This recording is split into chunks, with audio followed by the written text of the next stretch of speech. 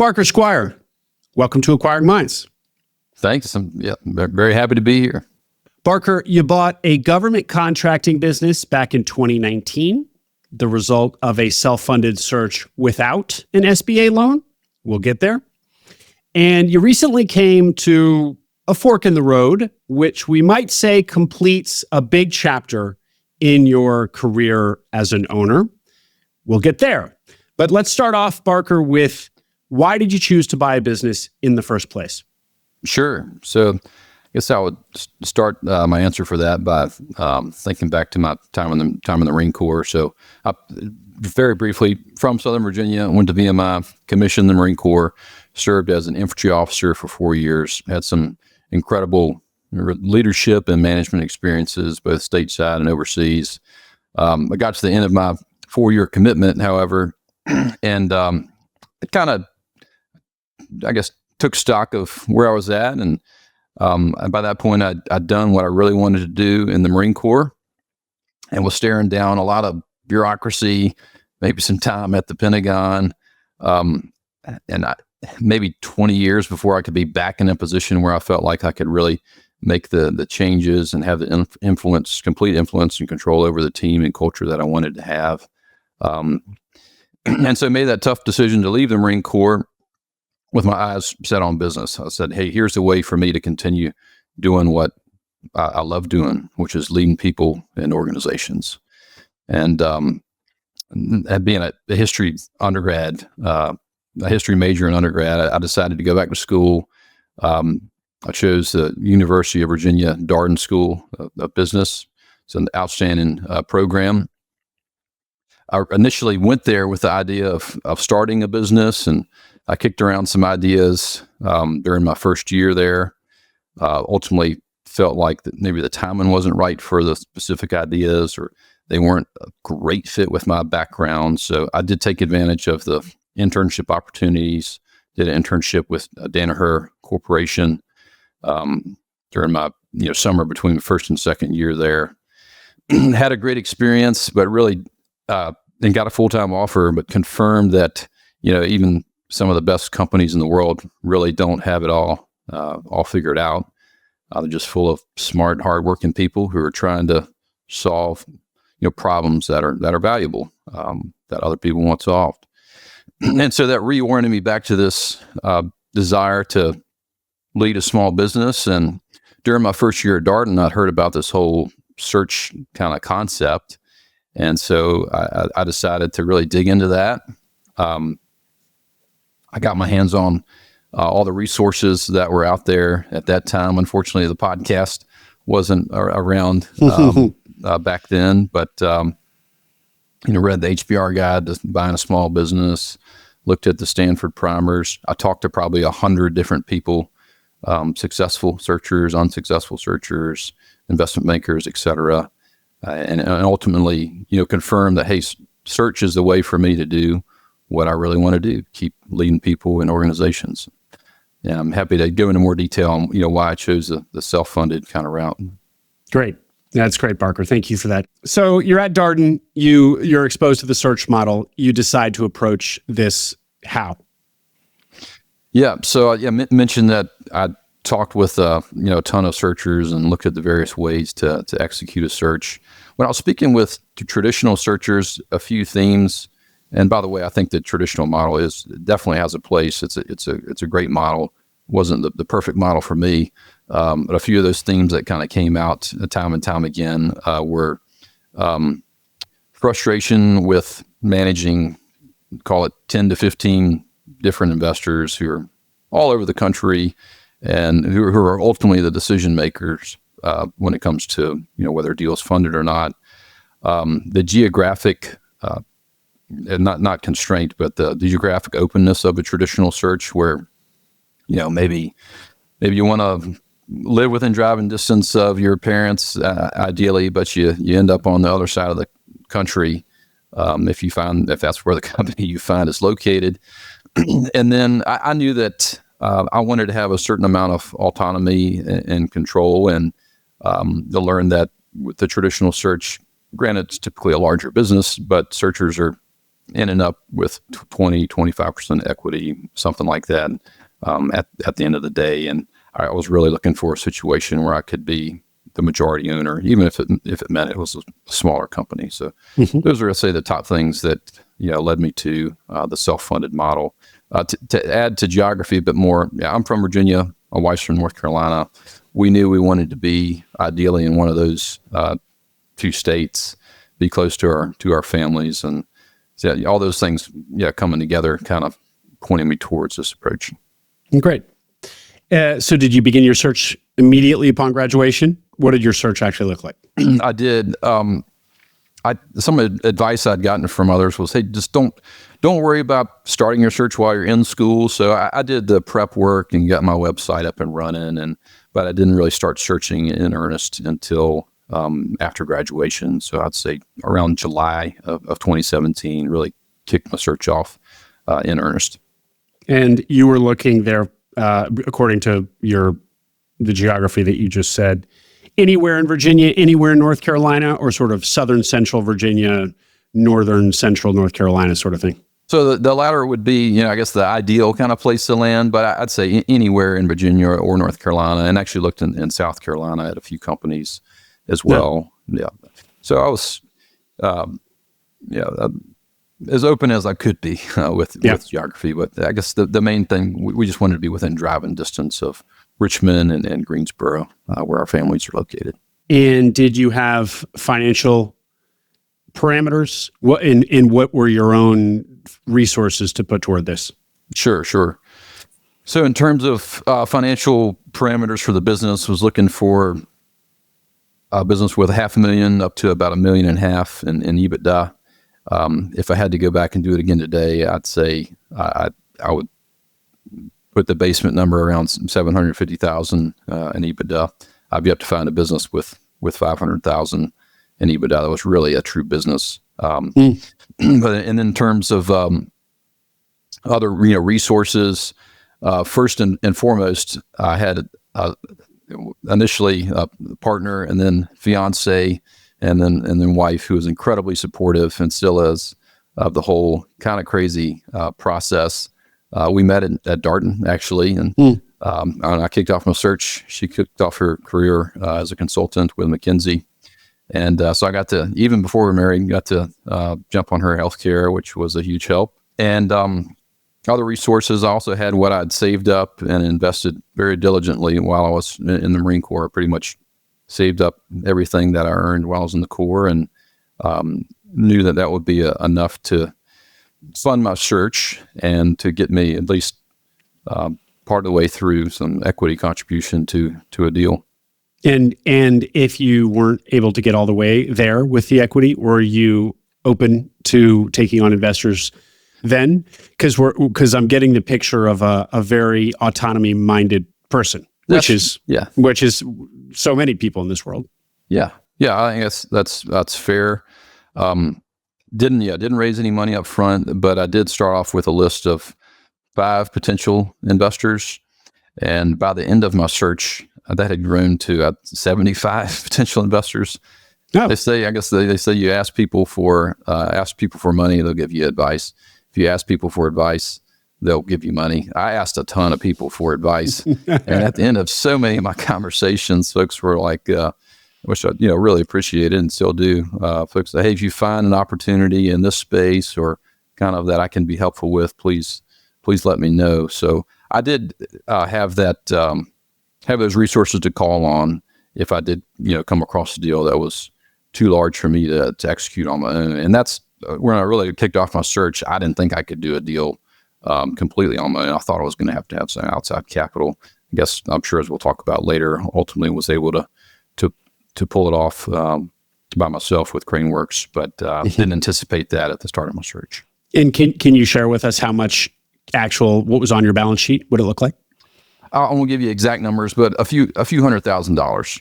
Yeah. So I thought I would use the SBA 7A loan, and so looked at the rules of that at the time, and I think it was like 10% down payment required. So I was able to kind of back into like what I could afford, and was able to work with a few potential lenders to write letters of support to helped give me a leg up when I was talking with others in the marketplace. Well, and of course, whether or not you were going to be able to buy the business from your own balance sheet depended on how big a business you bought. So That's if you right. found a business, Yeah. $1.5 million in EBITDA, might have required some outside equity. It would have. 750, maybe not.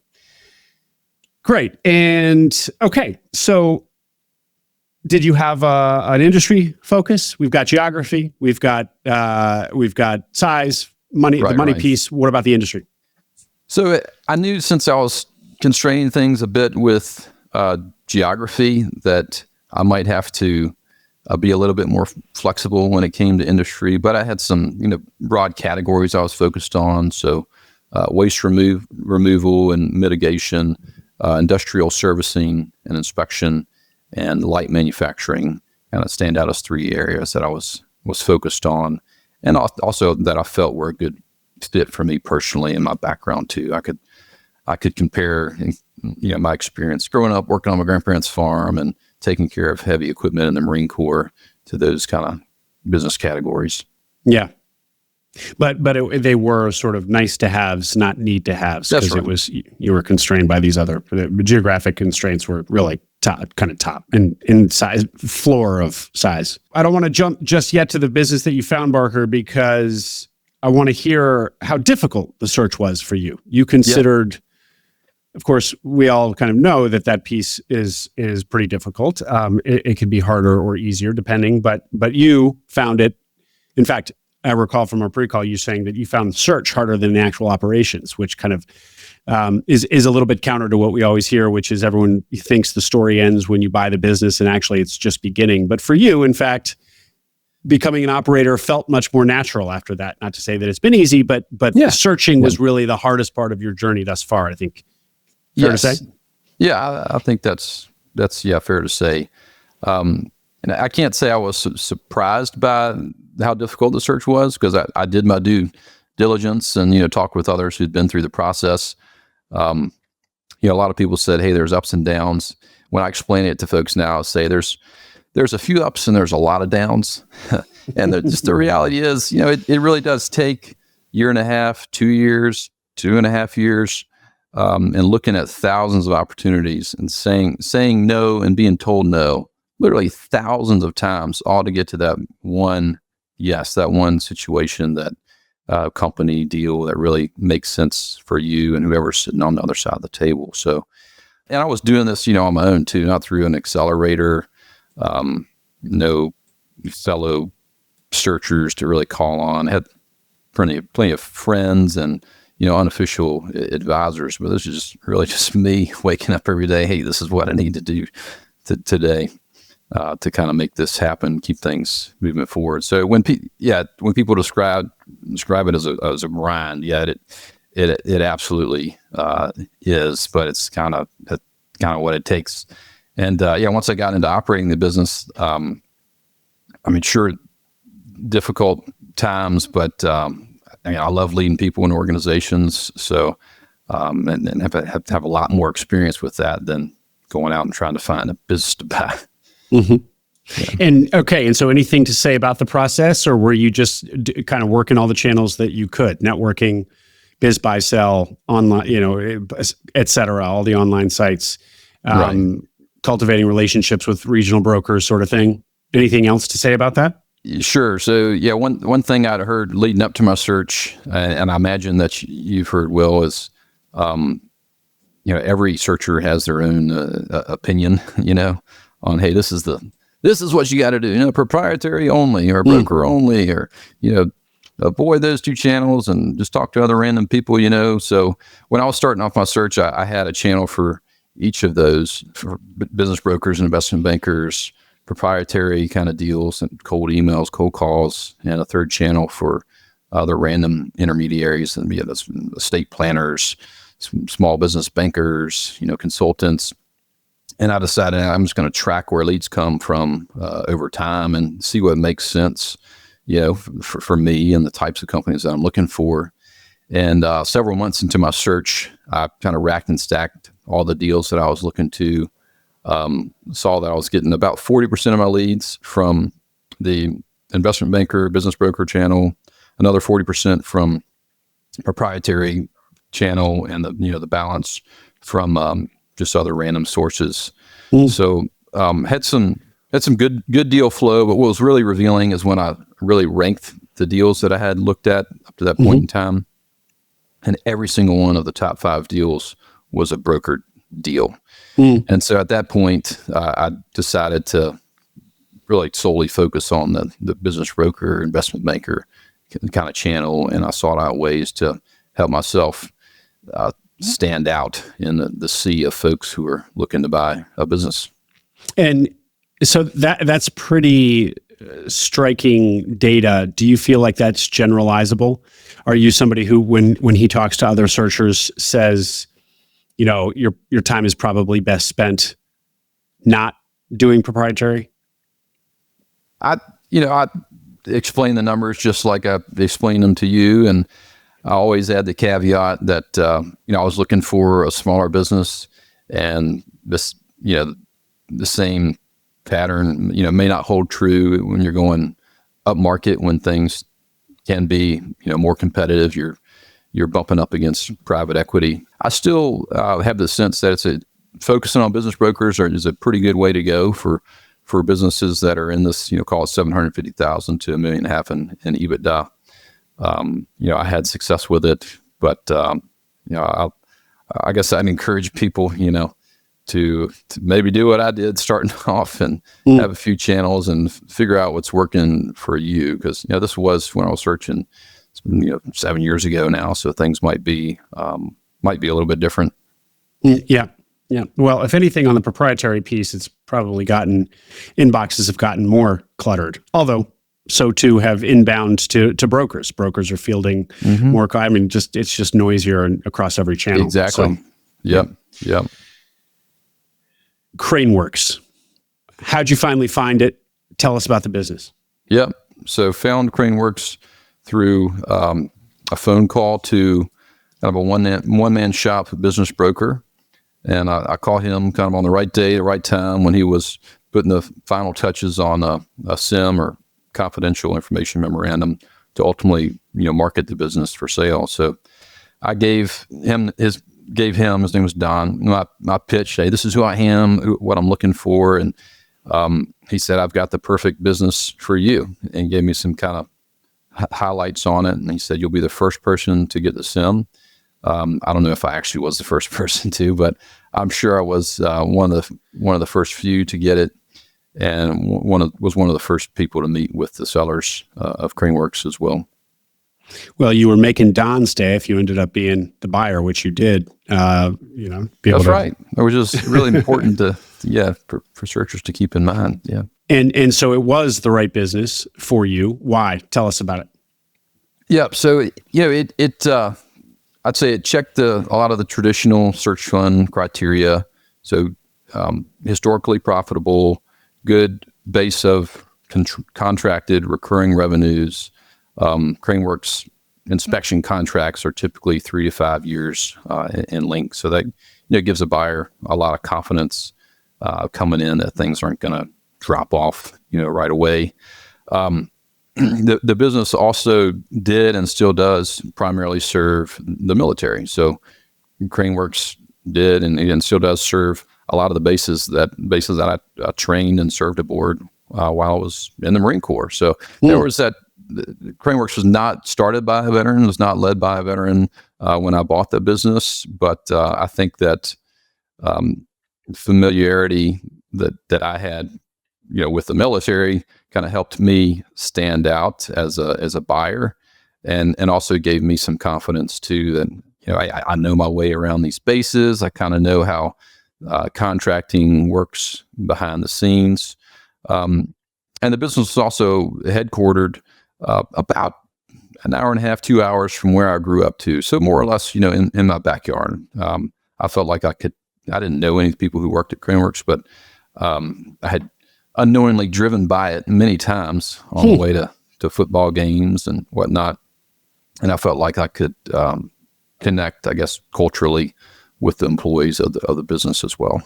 Well, it was also in industrial services, right. which was one of your It three industry buckets that you were looking for. So that's right. Servicing big machines was something you specifically called out as seeing yourself being able to do or being comfortable in that environment at the top of your search. So this really was hand in glove for you. It was a great fit. It was. And size wise, both employees and revenues and EBITDA. Yeah. So I provided my EBITDA range that I was searching for earlier, which was $500,000 to $1.5 million. CraneWorks was a sizable business, but I'd say it was on the lower half of that range. And in terms of employees, when I bought the business, was 11 or 12 full-time employees. That strikes me as a lot of revenue per employee. So if EBITDA is somewhere between 500 to $1 million, let's assume 20% margins. So the business is what is that? Anywhere from 2.5 to 5 million. For 11 people, am I mathing correctly here? Yeah. That it's a lot of revenue per employee? Yeah. I think that's fair. Yeah. And how is it able to command such prices? So we've got a great mix of revenue sources. The steady work is on the inspection and maintenance side, and I wouldn't say that's tremendously profitable, but from time to time we get a larger, more non-recurring project, which could be a major repair or overhaul, or even a new crane that we're designing, fabricating, and installing for a customer. And so it's those larger projects that are really parts heavy that give us that revenue bump and oftentimes profitability bump as well. And so there's an engineering component to those, and we're able to do a lot in-house that others have to kind of outsource. And the revenue mix between the servicing, maintenance contracts, and that project work was what? Roughly 50-50. Mm-hmm.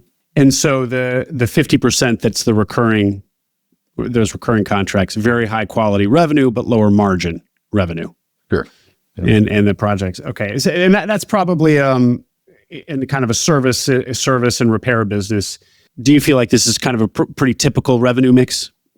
Yeah, I feel like it's fairly typical. I mean, you talk with a lot of companies, there'll be some that have a little bit less on the recurring side of the house and vice versa. So I feel like we're fairly typical. We've got our recurring revenue. We say, it pays the bills, keeps the lights on, and it leads to these other opportunities that can make things a little bit more interesting for us. So it's a great mix of stability and potential for more.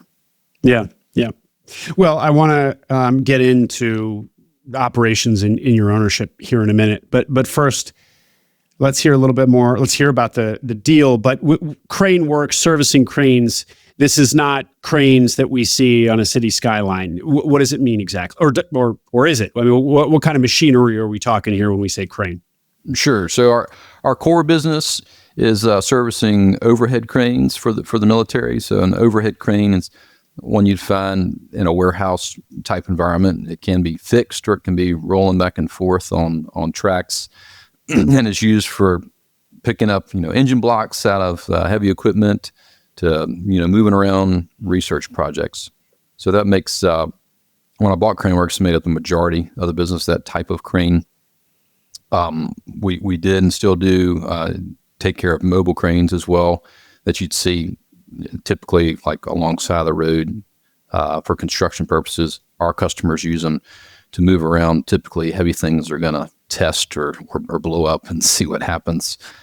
We do take care of a few ship-to-shore cranes as well, so portal cranes, container cranes. But yeah, we steer clear of the tower cranes that you see on the skyline and occasionally in the news. Yeah. Well, it's so funny, Barker, because you're not the first person I've talked to who bought a crane servicing business. And it's just, the layperson, you say crane, they think tower crane.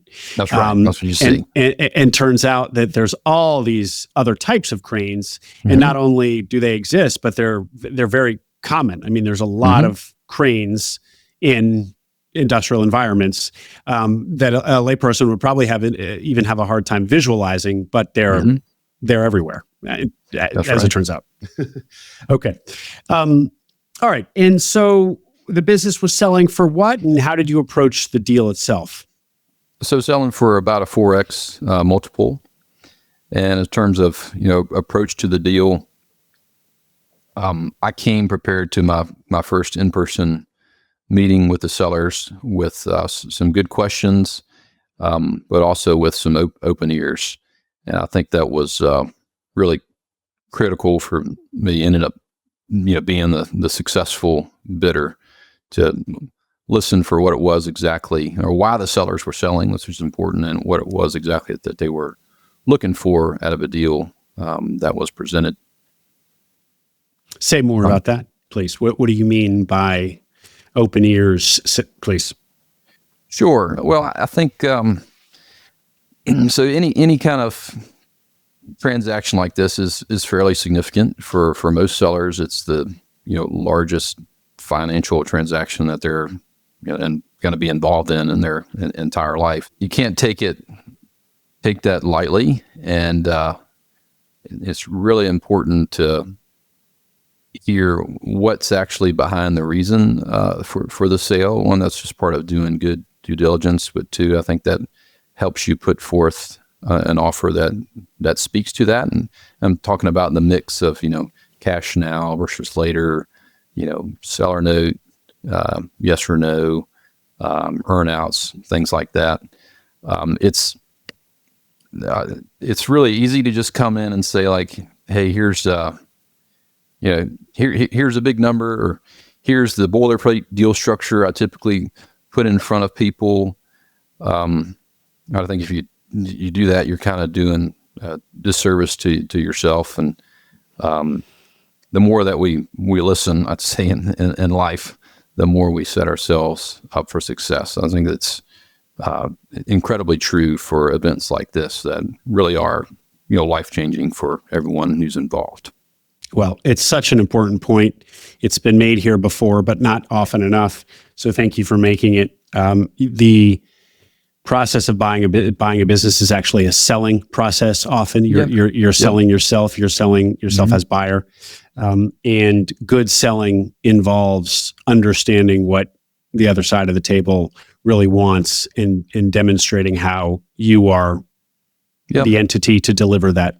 So in your open ears and in your perception of the need to try to deliver what the seller was looking for, what did you uncover? How did your offer or your deal vary from what would have been kind of standard boilerplate?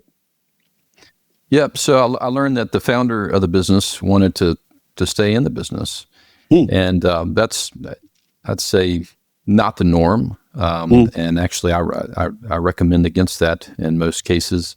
But in this case, I got comfortable with it. So the founder of the business, CraneWorks was really started by a husband and wife couple. The husband was the engineer and lead technician out in the field from time to time. The wife was the business brain and administrator. Sadly, she passed away in 2012. Several years before, I entered the picture. But what I learned talking to the founder of the business, Jeff's his name, is that he didn't really. He was ready to stop, quote, running the business, but still wanted to be involved and do the things that he really enjoyed doing, which was leading these projects out in the field and doing some engineering. And I got comfortable with that and said, hey, great, I want to run the business. And hey, I'm not an engineer, so I'd like you to stick around, and I'll take all this, junk and insurance and HR and dealing with a bank and employee problems. I'll do what I can to take that off your plate and give you more time to do what you enjoy doing and do what's really valuable for the business as well. So I heard that in the conversations, early on, and ultimately presented an offer that kept the founder around and had him, roll in some equity as well, so he could participate in what I thought was going to be the bright future we were going to create together. And Barker, so he was not looking to retire then? That's right. Was he at retirement age? How old was he? At the time, he was I think early to mid 50s. His reason for selling was not retirement. His reason for selling was to arrive at a situation, which is in fact where you guys arrived, that he would continue to be gainfully employed and maybe even have equity in the business, but not be running the business, and see out his career that way. That's right. That was the founder's perspective. There was one other seller as well who was more or less a financial backer and would get involved in some contracts, work from time to time. And he and his backer were ready to move on to their next thing too. So ended up presenting an offer that bought them out completely, but kept the founder in the business. You said, Barker, that you don't recommend people do what you did, just generalize in the general case where the seller continues on in the business. Why not? Because the structure that you and the seller arrived at is not uncommon, certainly in private equity deals, where often a private equity shop will want a seller to continue to roll some equity and to continue on. Although that's going to be different because usually in those cases, the seller continues running the company. In your case, you were going to run the company and the seller was going to basically become an employee. Not basically, literally. That's right. And so anyway, it's in some ways your model is very familiar, but there is that key detail where he was going to become an employee of his own business. So anyway, respond to that. Why do you not like it? And why were you able to get comfortable in this particular case? Sure. So, why I recommend against it, it's not unique to business, but in any human organization, it's important for, for it to be clear to the entire organization, who's in charge. And it's important for that person to have the ability to create the culture and team that they see is necessary for the business or the organization to continue to move forward and grow. In the military, I saw it in change of command ceremonies. Like literally the flag is handed from one commander over to the next one. And then that guy's, after a brief turnover, he's gone.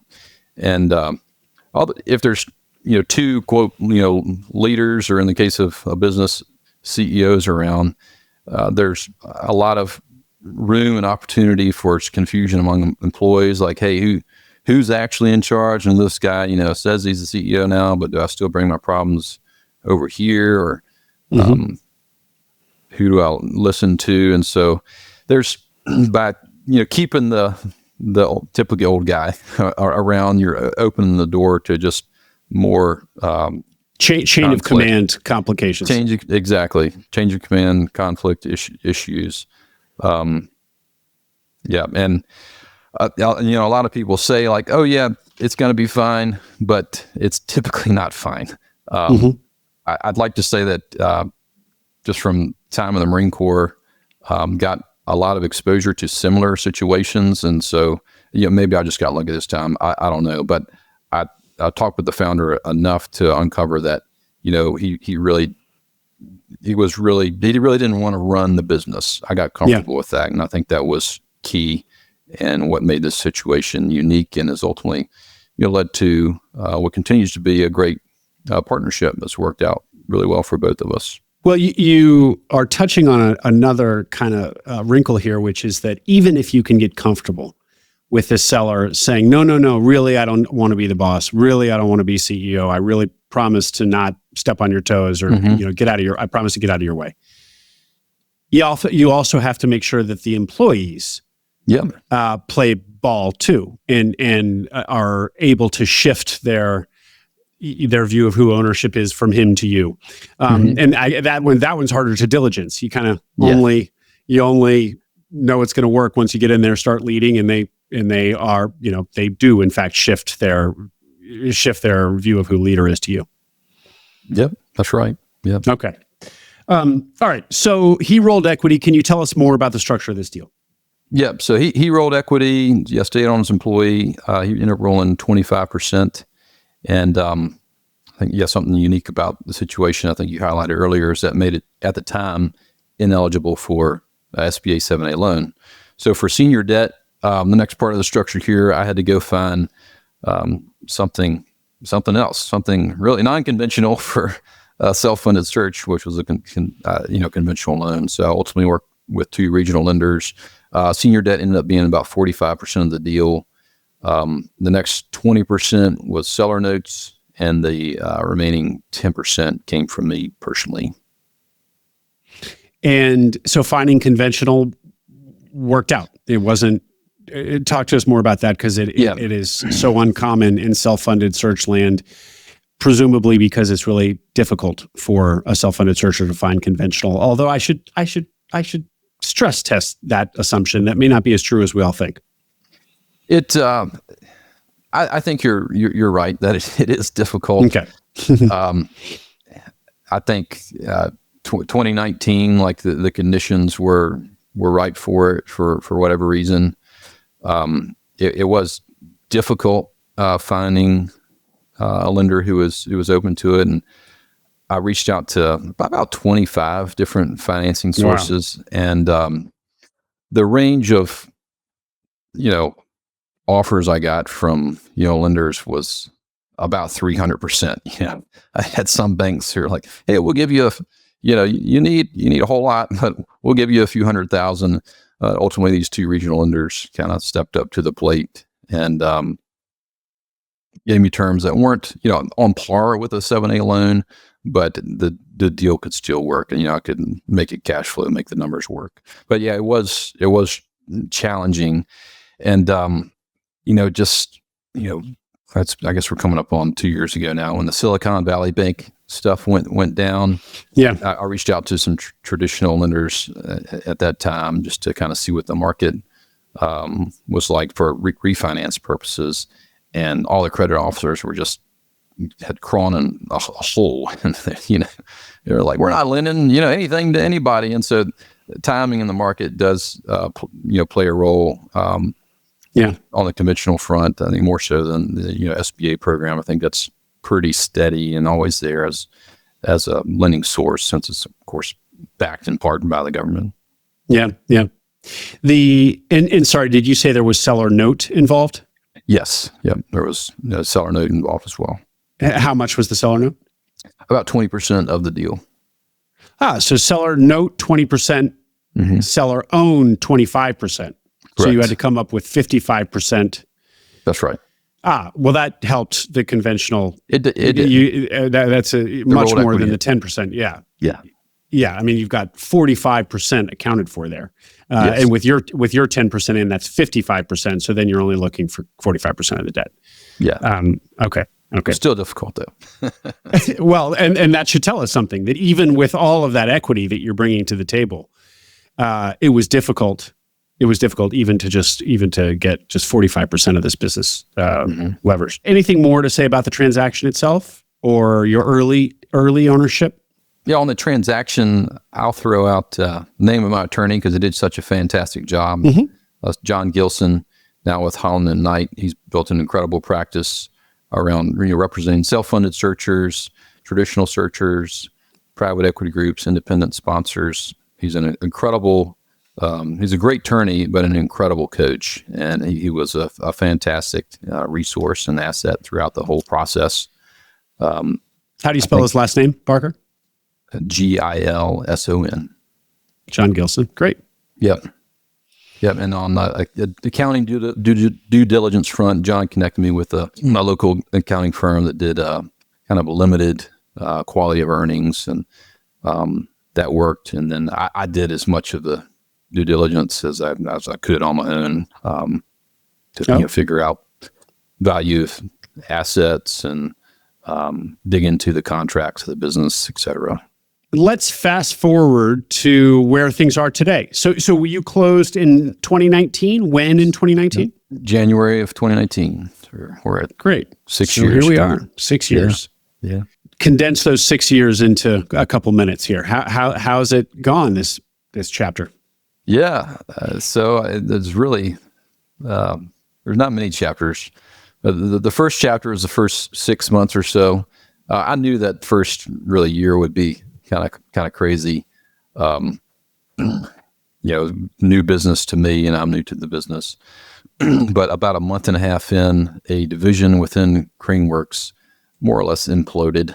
I can't go into too much detail, unfortunately, but I had to kind of watch all it $500,000 in enterprise value just kind of disappear. So that was my, welcome to business ownership kind of moment. I had to stay focused on the core business of CraneWorks. Barker, can you give us any more? Was it that some employees walked, or that you lost a key contract? Was it a customer concentration thing? It was the former. Some employees walked, and I understand, the reasons that they did walk. It was from stuff that kind of had been going on before my arrival, really, and I just didn't have the time to kind of unpack that and get things on a course that would work for them and for the business. But yeah, that's why multiples are lower in the lower film market. Is typically because of key man risk, key employee risk. And was there anything you could have done to better diligence that, or is some of that stuff just undiligenceable? I don't think there's anything I could have done really. This is interpersonal tension that had been and stuff that percolating, kind of stretched back years in some cases. So it was one of those I guess skeletons in the closet that to be fair nobody foresaw.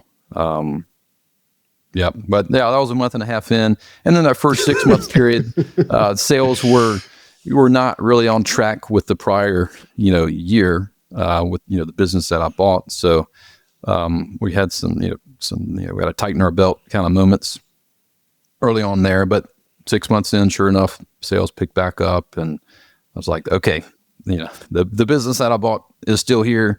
Our customers still like us, and around that 6 month mark, or maybe a little bit before, worked with the founder and the key middle managers. We put a new strategy in place. We use the entrepreneurial operating system, traction framework, and we've been really in execution mode ever since.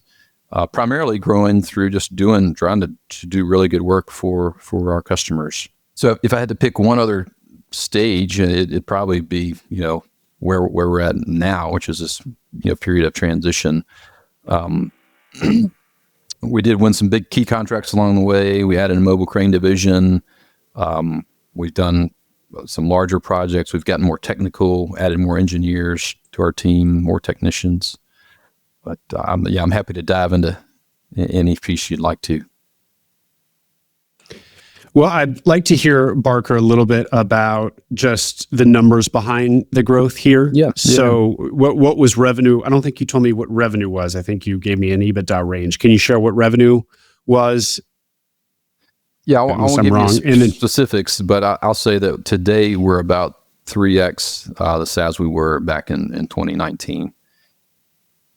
So we've fantastic. Grown quite a bit, and really give all that credit to the team that we've got. So in terms of employees, we were at like around 11 or 12 when I bought CraneWorks.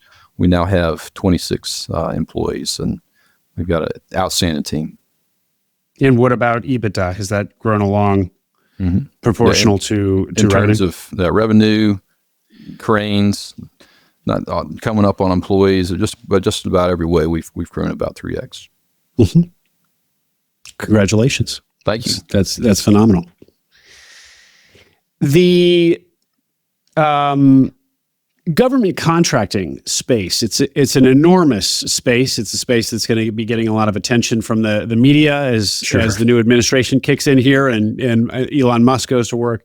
But maybe give us a primer on what I need to narrow your answer here, because it is such a broad space. But I guess broadly, if you can generalize your experience, what do you like about working in government contracting? What do you not like about it? So what I like about it is the customers we get to serve. So our customers are doing like cutting edge research. They're helping key units deploy and train. And so there's this, we know what we're doing is important. And coming out of the Marine Corps, I didn't know if I would ever find that again, really. So my mission in the Marine Corps was very focused, especially when I was deployed. And there's a lot to be said for, an organization that is really able to coalesce around something that's really important. So I feel very fortunate that we can say that as a business, that we really do important work. And Barker, that's specifically because you're serving military customers as opposed to just government broadly. That's right. That's specific to what CraneWorks does. Yeah. And then let's see, your next question was, what maybe do you not like about it? And putting yourself in the shoes here of a searcher who might come across a business that serves the government. So what to like, what not to like? Sure. So the federal acquisition regulation is insanely long, and it references all kinds of other stuff, and it governs the vast majority of contracts with the government. And so it is incredibly difficult to be a small business doing business with the government this day and age, and it becomes more and more difficult every year.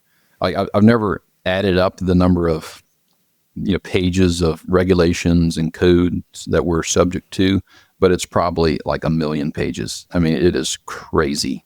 Wow. And the reality is, a lot of businesses, smaller businesses, do work with the government, kind of not knowing what they're agreeing to and what they're representing. We know, and we check all the boxes, but it's difficult too. So there's a ton of bureaucracy, and some of it does add value. I mean, the Crane programs that we support and the additional layer of roles and responsibilities that the various branches of the military have defined for managing weight handling programs. There's a lot of value there, and we can get behind those. But there's a lot of other just junk and random trainings and stuff you got to do that it's just part of it. And I think there's the pro to that is there's a barrier to entry, like to what we do and what most government contractors do. I mean, you can't wake up tomorrow and be like, hey, I want to go compete with CraneWorks. It would take you years and millions and millions and millions of dollars to try to do that. What a moat. That's incredible. Yeah, that's the pro. So we're, while it's this love-hate relationship, we don't like dealing with all the bureaucracy. The reality is it does give us a lot of confidence, in our future, because we see that we really do fill a valuable role for our customers.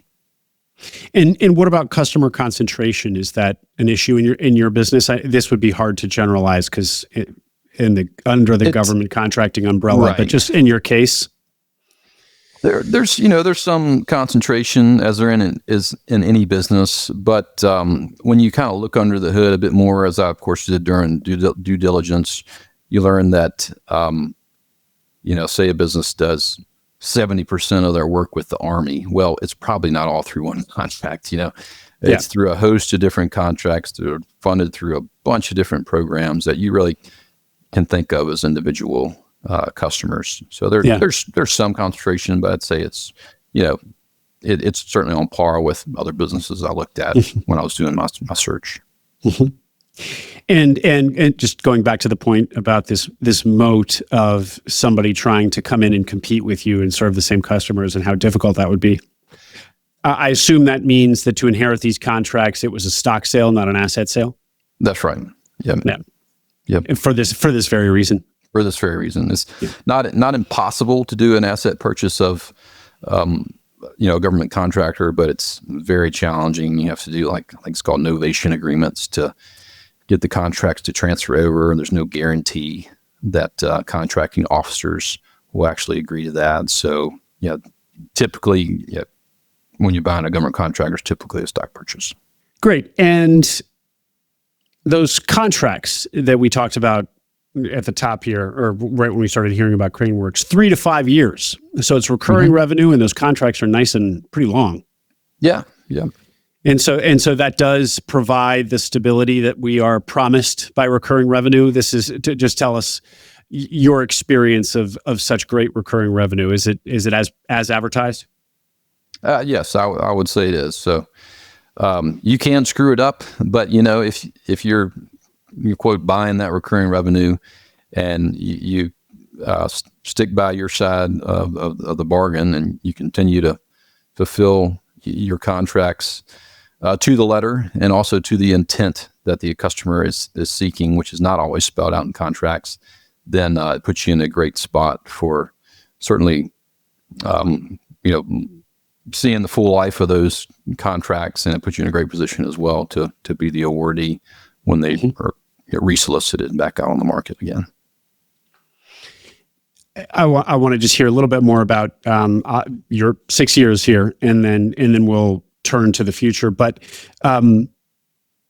this tripling that you've done, Barker, you said you just after those first 6 months, you kind of turned to execution mode, put in EOS.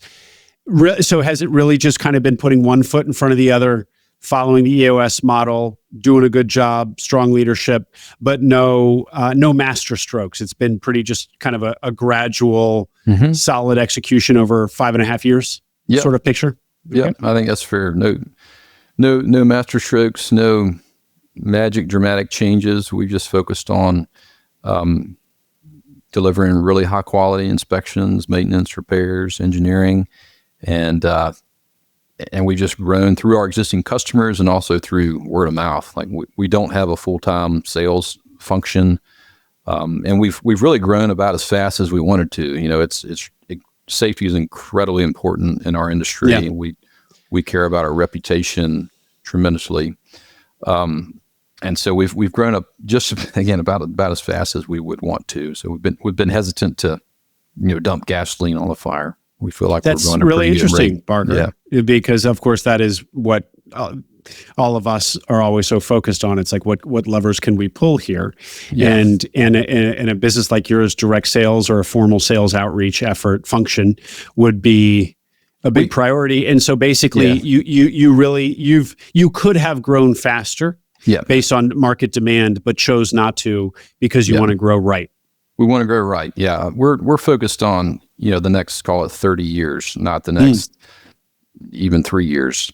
And in order to get there, we have to maintain a culture of safety, and we have to keep quality high. And if we do those things well, we're going to continue to grow. And this is, I think this is true too, just in our industry more broadly. Like there's a lot of work out there, but you can mess up your reputation very quickly if you're just kind of looking to make a buck, and that's not what we're really about.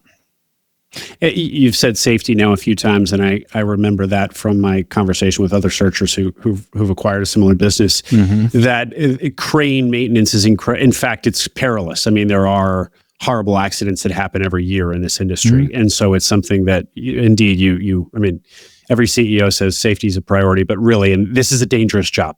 This is a dangerous industry. That potential is there. I say still the most dangerous thing that we do is just drive on the road. No, really? Yeah. Okay.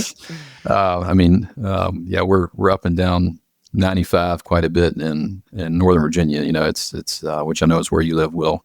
Can be kind of crazy when you're driving around an F-550 towing a trailer behind you with a man lift on it and some test weights. Things can get a little. You can't stop on a dime. So that's still, I'd say, the most dangerous thing that we do. But when you're up on a crane, there's a crushing risk, pinching, electrocution, falling from heights.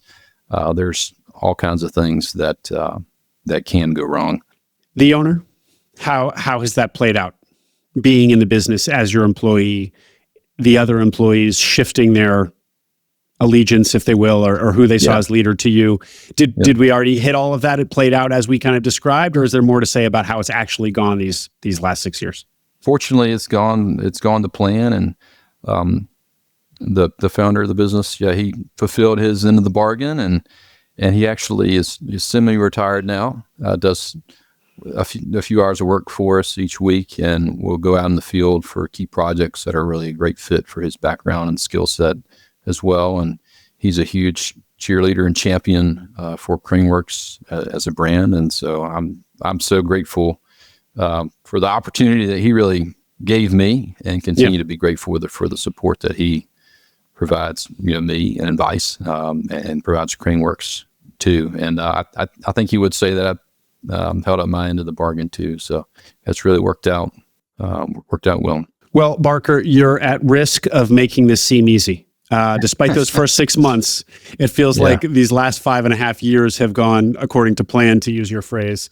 Now, we also know that we already told people that the search was hard for you, and you found and you felt quite at home in operations. Correct me if I'm wrong. I guess the question I'll ask is, now reflect on your decision to go down this path, just broadly as a self-funded searcher, seeking autonomy, a word we heard you say a lot. Has it been what you wanted it to be? Yeah, I expected it to be challenging and rewarding, and it has been both. So there's certainly been, even beyond that first kind of hairy 6 months, there's certainly been curveballs along the way, and personnel challenges here and there, and customer challenges, vendor challenges, et cetera. There's been problems, but they're all solvable problems, and we learn things from each of those experiences too. And it has been incredibly rewarding too. And I'll say, mainly just I've mentioned I really do love leading people and organizations, and I want to make sure I get this out there today. It's probably the best time to say it, but I believe that leading a small business, whether it's your CEO or key manager or owner, is probably the best way to positively impact other people. There's no other position I can think of where you have such direct influence over, what someone's paid, their benefits, and I'd say more importantly, hopefully the purpose that they feel when they come to work every day. So you get to touch each of those things, every single day in a small business. And I think that's an incredible responsibility. I would even say it's an obligation for small business owners and small business leadership. And it's incredibly personally rewarding, at least to me, to have that opportunity. Were you surprised by just how rewarding that was? Were you like some of my guests who have said something similar, but it took them by surprise? They didn't get into this for that reason, but have come out the other side saying the most gratifying part of this is what you just said. I kind of a reason. One of the main reasons I did search was in pursuit of this, and to do this. So I can't say that I was surprised. So I felt the same way, leading Marines in the Marine Corps. And I wanted to keep doing that. I still want to keep doing that. Yeah. Well, I do think, Barker, we should say that a couple things that you've done so well at this, because on this podcast and everywhere else, we hear about how hard this path is also, and how fraught it is, and how perilous it can be. There are a lot of bad stories out there. And I think in your case, I think you're a natural leader. You feel very at home leading an organization. That's not everybody.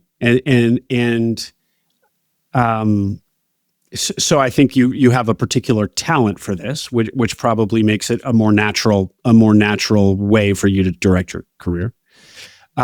Stop me if I get something wrong. Just interrupt me. The other thing is you had real leadership experience very early on because of your Marine Corps experience. What were the numbers at 20? You led how many people? So when I was deployed, I think I was around 24, and I had about 100-person base for 5 months in the middle of nowhere, Afghanistan. Then went on to run about a 400-person base at its peak. And my last role in the Marine Corps, I had a company of about 280 Marines. So you ran a base of 100 people, 400 people, then a company of 280 Marines. So I think, you probably only were given those positions because you're a natural leader. But then you also have that, you now have that experience. So coming into civilian world to lead a 10 or 20 or 30 person business, by comparison, probably feels, I hesitate to say easier, but that's the obvious word. Fair? It wasn't, I wasn't daunted by the size of the organization. So, the mix of people and their experience levels was a lot different from starting off leading a platoon of around 40 Marines. But yes, CraneWorks always has been and still is the smallest, number of people that I've, professionally managed. We're growing every year, and we're going to, keep on growing. It's going to take a while for us to exceed that, call it 400 person mark, but maybe we'll get there someday. And then I also just think that you're exhibit A of how well veterans do in this world of small business ownership and leadership, because there's a lot of transferable skills that are learned in service. Obvious point. It's a pattern that comes up constantly, but you seem like a great example of it. Thank you. Fair? Okay. Thank you. Okay, great. All right, Barker. Well, let's close out by looking forward in your career. So what transition point you just teased? What is the transition point you're at now? Yeah. So my vision really starting off my search was over time to build a portfolio of companies that may or may not be related. And we're at that point now with CraneWorks. And so in July of last year, promoted our outstanding CEO of CraneWorks to the position of CEO. That's something that we've been targeting for some time. And Marshall is his name. He's an incredible leader, great technically. He's a crane engineer in so many ways. Like he's the right person to lead CraneWorks into its next chapter. But the other kind of half of that is what am I doing with my time now? And I'm still focused on continuing to help CraneWorks grow, but through some inorganic means. So I'm now focused on helping CraneWorks fill geographies and some skill areas that we don't have right now that we would like to have, under our umbrella. So that's how I'm spending my time through 2025 here. And is that how you'll spend your time indefinitely, as looking for inorganic acquisition opportunities for CraneWorks, or do you see doing more? Yeah. So while I'm executing that search, I'm also going to be on the lookout for other companies. Maybe they are related to cranes, maybe not.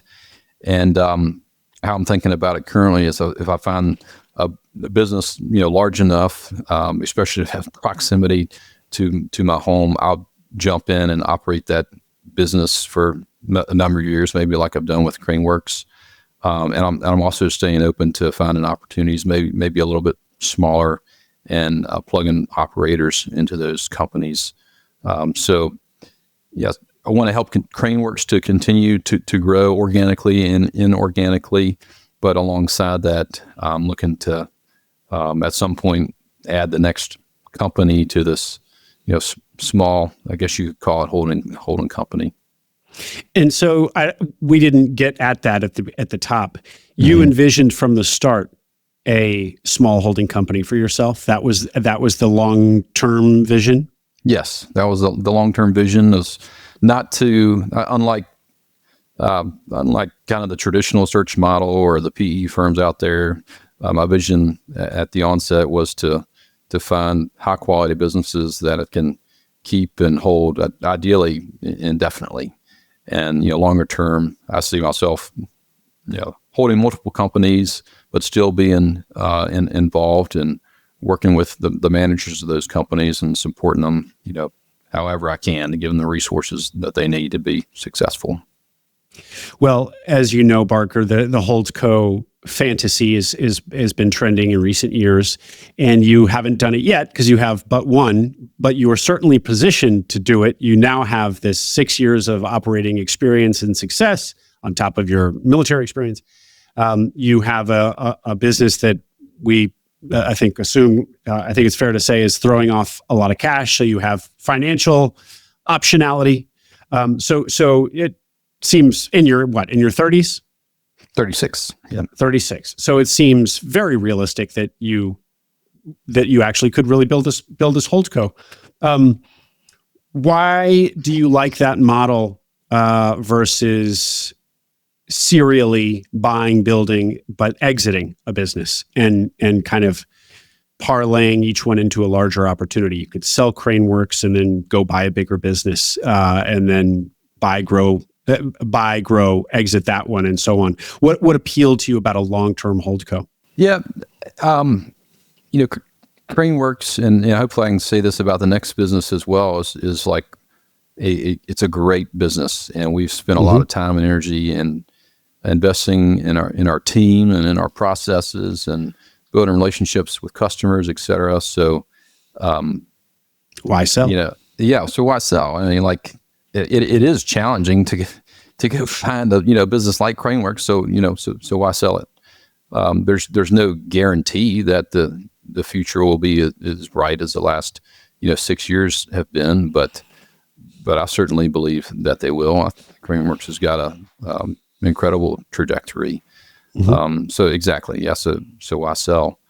And yeah, unfortunately, we've really been focused up until now on reinvesting pretty much everything back in the business.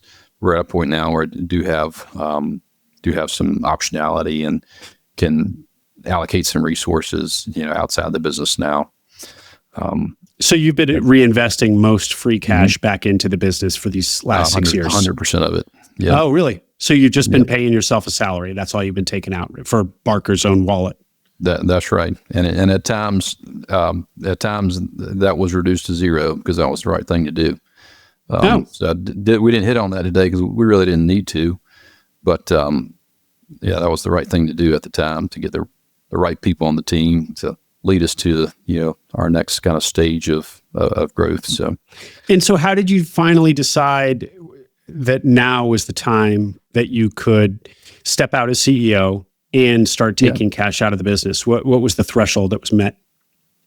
Yeah, I think the most important thing is our now CEO Marshall and I kind of we were both ready for this juncture. So it's something we'd been targeting for a good number of years, and Marshall was ready. He'd been in the business full time since 2020.